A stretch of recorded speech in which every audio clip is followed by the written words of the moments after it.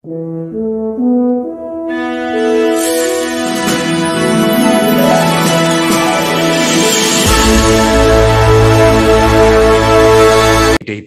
Duta Besar Tunisia di Indonesia kita, Bapak Gus Zuhairi Misrawi. Silakan Gus. Terima kasih kandidat Dr. Andar, Pak Dubes Rizal, Bang Fahri, teman-teman banyak sekali yang hadir di sini, rata-rata sebagian besar teman saya, ada Dr. Ai Fatimah, sahabat saya di Kairo. Buya Syafi'i adalah samudra yang sangat luas, yang menginspirasi kita semua, dan kita beruntung bangsa ini, negeri ini, Muhammadiyah mempunyai sosok seperti Buya Syafi'i. Saya jadi baru tahu kenapa saya tidak pernah kuliah, karena saya tidak pernah diminta Buya untuk kuliah. Jadi, ya Bang Rizal, saya ini rugi, Buya nggak pernah suruh kuliah gitu. Jadi maka ya saya sampai sekarang masih ingin sekali itu punya titel seperti Andar walaupun sulit. Nah, yang kedua saya bicara 3 hal. Yang pertama adalah kalau kita meneladani Buya, yang pertama adalah cinta. Buya itu orang yang tidak hanya memberikan pemahaman pentingnya cinta, tapi mengamalkan cinta dengan sangat luar biasa. Terutama kepada saya pribadi, cinta Buya terhadap saya itu tidak terbatas. Itu sangat-sangat. Nah, itu saya membalas cinta Buya dengan cinta yang sangat luar biasa kepada Buya Syafi'i. Kemarin sebelum saya berangkat ke Tunisia, 2 orang yang saya soani adalah Gus Mus dan Buya Syafi'i. Nah, ketika saya berjumpa Buya di masjid di samping kediaman almarhum, Buya bilang ke saya, nanti jadi imam sholat dan menyampaikan kultum. Ini sudah lama. Saya Buya, itu di dalam hukum fikih tidak boleh tamu menjadi imam. Dia bilang pakai fikih Muhammadiyah. Jadi Buya waktu itu jadi saya bilang ya udah, saya jadi imam sholat dan saya menyampaikan kultum. Tapi itu semua itulah cinta. Cinta itu sudah fikih, itu sudah cinta di atas fikih menurut saya. Jadi bagaimana cinta Buya menghormati orang seperti saya, kader Nahdlatul Ulama, itulah cinta. Menurut saya ini solusi bagi kita dalam bangsa dan negara. Kita harus melampaui sektarianisme, fikihisme, kelompok-kelompok sektarian. Ini penting dan itu adalah teladan Buya. Yang kedua saya kira adalah yang sangat penting adalah sederhana dan kesederhanaan, dan itu yang bagi saya sangat luar biasa. Bagi kita yang memilih jalan intelektualisme, jalan menjadi cendekiawan, duta besar ini hanya transit sebentar aja. Bagi kita yang menjadi intelektual cendekiawan seperti Buya memang harus siap sederhana. Dan harus siap dengan kesederhanaan. Buya mengajarkan itu semua, bagaimana Buya masih naik Avanza, bagaimana Buya masih naik kereta. Itu sederhana, dan kesederhanaan itu adalah kenikmatan yang sangat luar biasa, yang kita semua beruntung bahwa siapapun yang memilih jalan untuk menjadi penulis tetap di Republika, penulis tetap di Detik, itu harus siap melarat, harus siap sederhana. Itu. Dan yang ketiga, saya kira dari Buya adalah ketulusan dan keikhlasannya yang tidak terbatas. Dan karena itu kemudian ketika Buya mengkritik partai saya yang tadi oleh Bang Fahri mempunyai kedekatan khusus, tetapi Buya itu sering mengkritik. Dan kami semua ketika Buya mengkritik, termasuk Ibu Ketua Umum, mendengarkan kritik dari Buya, itu kritik yang betul muncul dari satu keikhlasan, ketulusan Buya terhadap bagaimana negeri ini. Dan hari ini kita semua melaksanakan hari lahirnya Pancasila 1 Juni. Terima kasih kepada David dan Andar, yang mengingatkan kita bahwa Buya itu memperjuangkan nilai, bukan memperjuangkan tadi itu kepentingan sosok atau figur. Ada nilai, ada gagasan besar yang diperjuangkan oleh Buya, dan ketulusan, keikhlasan yang istiqomah dari Buya ini, kita semua, atau saya sebagai kader PDI Perjuangan, kalau Buya mengkritik kita, itu kita anggap sebagai jamu, karena di balik kritik-kritik Buya itu ada nilai, ada gagasan besar yang sedang diperjuangkan. Maka sekali lagi saya tadi WA sama siapa? Sama Zuli Qadir, sahabat saya. Zuli, jangan sampai Buya ini menjadi edisi terakhir di Muhammadiyah. Saya bilang begitu. Saya selalu guyon ini, jangan sampai Buya ini menjadi edisi terakhir di Muhammadiyah. Di Muhammadiyah harus lahir sosok seperti Buya. Buya sudah meninggalkan kita, insya Allah berada di alam barzakh yang tenang-tenang dan sangat tenang sekali. Tetapi memang tugas dan tanggung jawab generasi selanjutnya dan kita semua ini yang tidak mudah. Harus lahir Buya-Buya baru yang tadi itu penuh cinta, sederhana, dan memperjuangkan kesederhanaan dan tulus dalam perjuangan. Karena bagaimanapun kata Buya inilah sebenarnya yang akan menjadikan Indonesia itu negara yang sangat besar. Sekali lagi terima kasih Muhammadiyah yang telah melahirkan sosok seperti Buya. Terima kasih kepada sahabat-sahabat, mudah-mudahan persahabatan antara Buya dengan saya, antara Buya dengan Andar, dengan David ini. Pesan Buya terakhir kepada saya, awas harus kompak NU dan Muhammadiyah. Kata Buya begitu. Sebab kalau tidak hebat dua saya. Kalau satunya lemah, kata Buya, Indonesia akan lemah. Jadi itu pesan sendiri kepada Buya sebelum saya berangkat ke Tunisia. Kita mari doakan kebersamaan. Kemarin Pak Dubes Rizal, saya ke Paris. Ada kunjungan kerja, saya minta ditemenin Anda, bukan NU, saya minta. Dar, bro, datang. Itu saya bilang ini pesan Buya gitu. Jadi saya nggak minta ditemenin PCNU Paris. Saya diminta ditemenin PCIM Perancis. Jadi itu saya bilang ke Andar, ini pesan Buya supaya nanti kalau Andar mau jadi dubes lebih mudah. Sekian, terima kasih. Assalamualaikum warahmatullahi wabarakatuh. Warahmatullahi wabarakatuh. Terima kasih Gus Dubes, ini luar biasa. Baru kali ini saya mendengarkan Gus Dubes dengan serius ya. Biasanya canda, derai, tawa dan lain sebagainya, luar biasa. Selanjutnya saya minta kepada Ustadzah Tuti Alawiyah, Mbak Dr. Tuti Alawiyah. Waktu dan tempat kami persilakan, 5 menit maksimal. Sebentar, Mas Andar, saya ya yang dipanggil. Terima kasih. Assalamualaikum warahmatullahi wabarakatuh. Kedengeran ya, Mas Andar? Sip, jelas.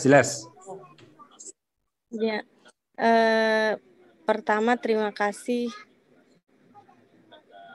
undangannya. Yang kedua, mungkin saya ingin testimoni terkait Buya Syafi'i Ma'arif. Saya membaca buku Buya itu tahun 90-an ketika waktu itu masih aliyah di Darussalam. Kemudian saya sudah lupa bukunya apa, tapi ketika saya buka lagi itu sekitar yang buku tahun 90-an itu peta bumi intelektualisme Islam ya. Nah, kemudian saya mengenal Buya itu di tahun 2000-an ketika ke Ciputat dan masuk Muhammadiyah atau IMM seperti itu. Nah, intensifnya adalah ketika kita bersama-sama membangun JIM ya, Jaringan Islam Muhammadiyah. Tapi sebetulnya saya tidak langsung berinteraksi dengan Buya, tapi lebih dengan ide-idenya gitu, karena kita semua di JIM itu seperti membumikan apa yang apa yang dibicarakan Buya, apa yang diidealkan begitu bersama dengan Kang Muslim Abdurrahman dan teman-teman di sini, termasuk adik saya Fuad Fanani dan Mas Andar dan lain sebagainya. Dan kemudian di awal tahun 2000-an mungkin ya berdiri Ma'arif Institute yang diketuai oleh teman saya Raja Juli Antoni, yang itu kemudian mengambil nama Ma'arif Institute. Dan saya tahu yang menjalankan sebetulnya adalah Kang Muslim begitu, yang kemudian didelegasikan ke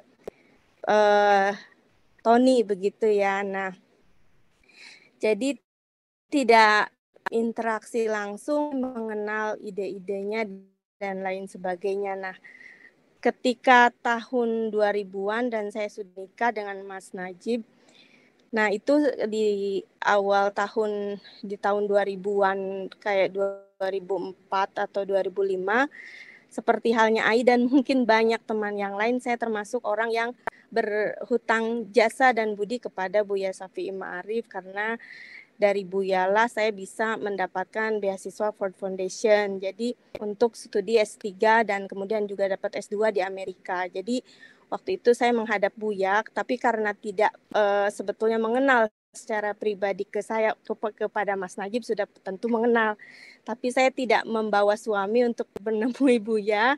Yang saya bawa adalah Aca. Jadi saya minta Aca tolong temani saya ketemu Buya, saya mau minta rekomendasi untuk sekolah S3. Nah, alhamdulillahnya Aca menemani saya, dan mungkin Buya tidak kenal saya secara pribadi, tapi Buya, Anda siapa, begitu aktif di mana. Kebetulan pada saat itu saya adalah Ketua Nasihatul Aisyah Kabupaten Tangerang. Jadi saya menceritakan aja kiprah saya di Nasihatul Aisyah pada saat itu, dan alhamdulillah Buya langsung tanda tangan begitu ya. Nah, seperti itu. Nah, kemudian mungkin sedikit cerita apa sih, mungkin saya tidak tahu buat banyak orang itu pengaruh Buya seperti apa, tapi karena Mas Najib adalah orang yang sangat dekat dengan Buya dan tahu banyak hal, bahkan menulis banyak hal, jadi terkadang buat kami di keluarga itu Buya itu seperti menjadi role model begitu.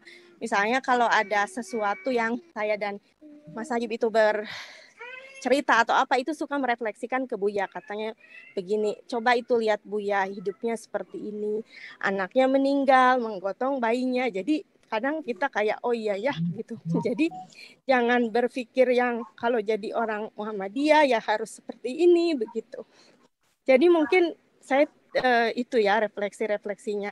Jadi buat kami mungkin Buya adalah role model, bukan hanya secara intelektual tapi juga secara personal dan kehidupan kami di keluarga sebagai sama-sama warga Muhammadiyah yang harus seperti apa begitu. Nah, itulah dari Buya Syafi'i Ma'arif itu role modelnya. Jadi ada banyak, saya selalu diingatkan gitu. Jangan seperti itu, lihatlah Buya Syafi'i yang seperti ini gitu. Seperti itu ya Mas Andar. Terima kasih. Siap Mbak Tuti, makasih atas testimoninya. Selanjutnya saya akan menyapa Mbak Eni, Ibu Siti Ruhani Hayatin, KSP kita, kemudian ada juga Mbak Yaya Hizbiyah dari Solo. Tapi sebelum kita nanti mendengar kisah testimoni hubungan personal maupun intelektual dengan Buya Syafi'i Ma'arif dari coba cari beliau, saya minta kepada Pak Dekan Universitas NU Jakarta, Pak Dr. Ahmad Suhaidi. Silakan Gus. Kiai. Terima kasih Mas Andar. Bapak Ibu sekalian yang saya hormati, teman-teman semuanya, tidak saya sebut satu persatu supaya lebih lebih semuanya gitu. Saya senang sekali diundang pada hari ini untuk ikut memberikan testimoni tentang Buya Syafi'i Ma'arif.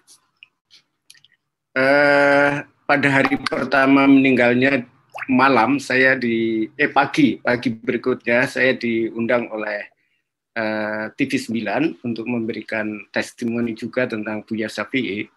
Salah satu pertanyaan yang mungkin di sini belum dipertanyakan tadi adalah bagaimana setelah kita ini oleh penyiarnya, bagaimana kita Indonesia dan kita semua ini setelah kehilangan Gus Dur dan Buya Syafi'i.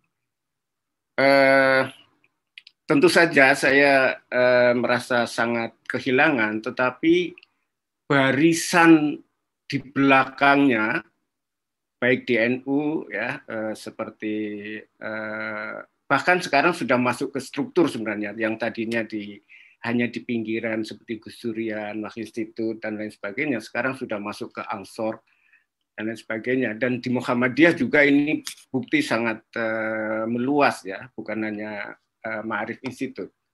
Jadi sebenarnya di samping kegalauan meninggalnya dua tokoh ini, kita juga, bagi saya itu sangat optimis ya. Ke depan ini kita sudah masuk ke tengah ya, apa yang digagas oleh Gus Dur dan Buya Syafi'i yang selama ini dipikirkan, saya kira sudah dibawa oleh anak-anak muda atau anak-anak yang lebih muda lagi masuk ke tengah. Dan di masyarakat luas, seperti aktivis Gus Durian itu masih sangat-sangat muda, 25, 30 ke bawah lah ya. Dan saya kira teman-teman di Muhammadiyah juga begitu. Nah, karena itu mungkin kita memang perlu memikirkan, merealisasikan optimisme ini. Dan saya kira Gus Dur dan Buya itu sebenarnya sudah tidak lagi udah beyond NU Muhammadiyah ya, saya kira. Kalau boleh kita menggunakan peta lama, maka itu sudah putihan abangan itu sudah menjadi semacam menjadi satu hal, sudah menjadi satu. Bahkan saya kira beliau berdua, khususnya Buya, saya kira sudah membawa, Gus Dur juga, argumentasi kehadiran bangsa Indonesia dan Indonesia itu sendiri dengan basis argumentasi keislaman, ideologis maupun teologis dan historis. Kalau di masa lalu kita masih melihat ada banyak orang intelektual juga masih mempertanyakan kehadiran Indonesia dengan perspektif Islam, karena kehadiran Indonesia dan bangsa Indonesia diargumentasikan dengan pemikiran sekuler. Saya kira kita tidak bisa menutupi itu. Tetapi sekarang kehadiran kebangsaan dan keindonesiaan diargumentasikan dengan Islam itu sendiri, dengan teologi bahkan ya. Kalau saya boleh mengutip tulisan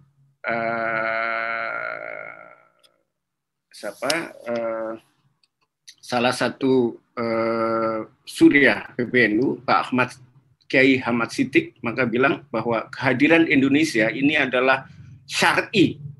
Jadi bukan lagi alasan politik, tapi alasan teologi dan alasan ideologi. Jadi saya kira tinggal sedikit sekali orang yang mempertanyakan ini.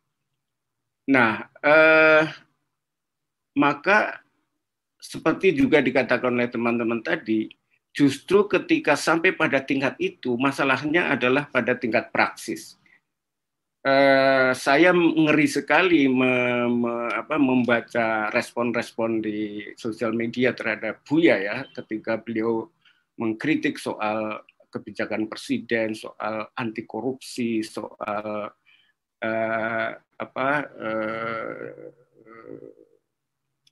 soal kepemerintahan ya. Jadi setelah selesai pada tingkat teologi dan ideologi, maka masalahnya adalah bagaimana Islam mengimplementasikan etik dalam kehidupan sosial, budaya, dan kebangsaan itu, yang dibawa oleh beliau, ya termasuk Cak Nur tentunya ya. Jadi tantangan ke depan adalah menurut saya soal tadi itu, bagaimana mengimplementasikan beyond ideologi itu. Jadi masalah putihan abangan yang saya maksud itu bukan dalam pengertian konflik dan pertentangan, tapi justru dalam dinamika. Bagaimana keduanya mengargumentasikan kehadiran Indonesia, bangsa Indonesia dan negara Indonesia, tapi dalam waktu yang sama menghadapi tantangan-tantangan konkret tadi. Kalau maaf kalau boleh dibedakan gitu. Dalam perspektif sekuler sudah ada rumusan-rumusan bagaimana demokrasi dibangun, bagaimana anti korupsi dibangun, dan lain sebagainya. Kalau kita lihat argumen-argumen teman-teman aktivis korupsi, itu hampir tidak pernah, belum menggunakan argumen-argumen keislaman, sejarah Islam secara kuat. Jadi tantangan kita saya kira adalah bagaimana kita membangun argumen-argumen tadi ya, tentang tata kelola pemerintahan, tentang anti korupsi, tentang kesederhanaan dan lain sebagainya. Tapi saya merasa terlalu serius ini ya, teman-teman Muhammadiyah ini. Boleh nggak sedikit bikin ini ya, cerita tentang anekdot itu. Nggak apa-apa Yang Mas serius Haji. nanti ditulis aja, Mas. Nggak apa-apa, ini sekali-kali NU serius. Jadi ada sebuah anekdot, ini diceritakan oleh Khairul Salim ya, pasti semua sudah tahu Khairul Salim. Sebuah peristiwa yang digagas oleh Mbak Yayah di Solo ya, Universitas Mbak Yayah? Muhammadiyah Surakarta. Ya, saya kira ya. Waktu itu ada pertemuan atau workshop tentang kebudayaan, separuh peserta, mungkin 15-20 itu Muhammadiyah, kemudian separuhnya itu NU. Nah, sebagaimana biasa, teman-teman panitia Muhammadiyah itu sangat disiplin dengan waktu. Ketika mau istirahat, diumumkan oleh panitia bahwa teman-teman silakan, ini waktunya sempit untuk istirahat, maka silakan istirahat, sholat, isoma lah ya, makan dan seterusnya. Nah, ternyata secara alamiah itu teman-teman Muhammadiyah langsung ke musola, sholat, teman-teman NU ke ruang makan. Gitu. Nah, itu karakter yang asli sebenarnya. Nah, mereka makan, ketika teman-teman Muhammadiyah yang dari musola masuk ke ruang makan, makanannya tinggal sedikit. Gitu. Nah, NU bukannya solider, tapi malah bilangnya gitu kok rasional katanya. Jadi ini nggak ada yang ketawa ya, karena itu di ini ya. Jadi ada peristiwa-peristiwa atau momen-momen yang sebenarnya memang kita perlu didinamikan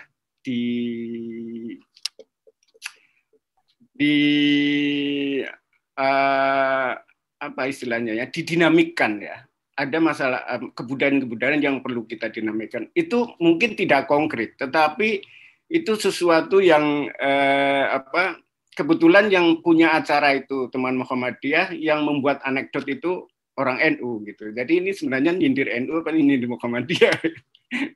Sementara orang NU makan dulu, orang Muhammadiyah ketinggalan malah dibilang gitu kok rasional. Nah, maka saya kira memang perlu ada semacam faktor ketiga ya, yang tadi saya sebut sebagai abangan, katakanlah begitu. Yang sekarang saya kira secara konkret masih ada, dan itu saya kira mesti menjadi diskursus kembali ya. Ada sebuah tulisan yang sangat menarik dari Hefner, saya kira, yang menyebut bahwa sekarang terjadi putihisasi atau whiter terhadap masyarakat Indonesia yang semua aspek kehidupan, hampir di semua aspek kehidupan itu nilai-nilai Islam sudah masuk dan sudah menjadi mayoritas, yang sudah menjadi mainstream. Tapi bagi ini aspirasi yang dibawa oleh Gus Dur dan Buya Syafi'i dan juga Cak Nur. Dan Buya Syafi'i jelas yang terakhir ini adalah memang sudah beyond dari itu. Jadi kalau banyak kritik bahwa seolah-olah masuknya nilai-nilai Islam, bukan nilai, bahkan jurisprudensi Islam, ini Pak Syafiq Hasim ini menulis beberapa kali ini di jurnal yang dia sebut sebagai syariatisation. Itu bagi Hefner itu justru membawa kebebasan dan demokrasi. Jadi masuknya elemen Islam ke dalam sistem sosial dan sistem kenegaraan itu bukan sebaliknya regresi demokrasi, tapi justru pembebasan. Yang dicontohkan atau argumen dari Hefner adalah mainstreaming dari para sufi kota. Para sufi kota ini bukan, meskipun mereka memakai baju formal Islam misalnya, tetapi justru dia ingin kebebasan, karena selama ini mereka ditindas menurut Hefner oleh kalangan modernis dan ideologi modern. Dan juga gerakan perempuan, ya, meskipun gerakan perempuan itu membawa simbol-simbol Islam, tapi justru di dalamnya memperjuangkan kebebasan. Nah, bagaimana dua contoh ini kita tarik ke lapangan yang lain seperti korupsi, tata kelola pemerintahan dan lain sebagainya. Saya kira itu. Terima kasih. Kurang lebihnya mohon maaf. Assalamualaikum warahmatullahi wabarakatuh. Waalaikumsalam. Makasih, Pak.